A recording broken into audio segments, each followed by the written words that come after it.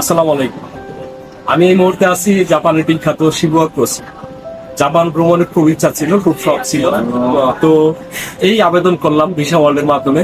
ওদের অক্লান্ত পরিশ্রম এবং ওদের সাজানো গোছানো ফাইলে আসা ভিসা হয়ে গেল। আমি আমার এক ট্রেন আনিস ভাই নামে দুইজন আসছি ঘুরতে।